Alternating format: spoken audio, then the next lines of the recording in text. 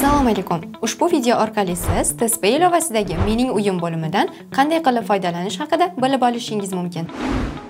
Dastlab TSP ilovasiga kirganingizdan so'ng ekranning pastki qismidagi Uy yaratish tugmasini bosishingiz va unga nom berishingiz kerak bo'ladi. So'ngra Uy qo'shish tugmasini bosib, keyingi sahifaga o'tasiz. Ushbu sahifadagi to'lovlarni qo'shish tugmasini bosish orqali siz o'zingizga kerak bo'lgan kommunal yoki internet xizmatlarini qo'shib borishingiz mumkin. Xizmat turini tanlaganingizdan so'ng kerakli ma'lumotlarni kiritib o'tasiz va qo'shish tugmasini bosasiz.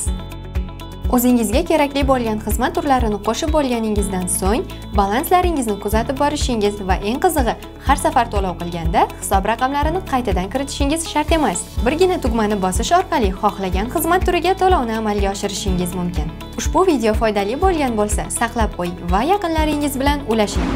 E'tiboringiz uchun rahmat. Musofir boshingiz omon bo'lsin.